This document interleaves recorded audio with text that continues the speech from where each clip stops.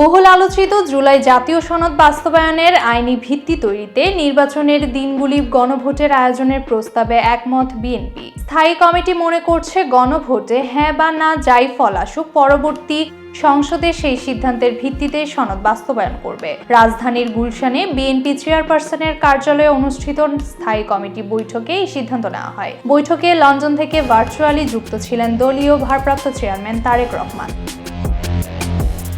স্থায়ী কমিটির আলোচনায় জানানো হয়, এখন গণভোটের জন্য সংবিধান সংশোধনের দরকার নেই, কারণ 142 অনুচ্ছেদে হাইকোর্টের রায়ের মাধ্যমে কার্যকর আছে। ফলে আইনি বাধা ছাড়াই গণভোটের আয়োজন সম্ভব।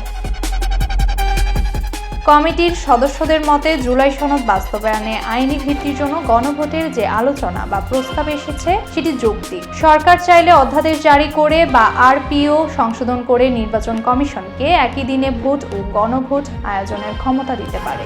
এতে সাশ্রয় হবে অর্থ, সময় ও লজিস্টিক ব্যবস্থাপনা। জামাতে ইসলামী আলাদা গণভোটের প্রস্তাব দিলেও বিএনপি মনে করে পৃথক আয়োজনে নির্বাচন বিলম্বী করতে পারে।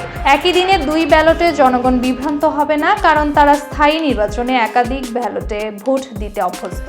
বৈঠকে আরও আলোচনা হয় আগামী নির্বাচনে দলীয় প্রস্তুতি ও প্রার্থী বাছাই নিয়ে। চলতি মাসের মধ্যেই অধিকাংশ আসনে একক প্রার্থী চূড়ান্ত করার নীতিগত সিদ্ধান্ত নিয়েছে বিএনপি।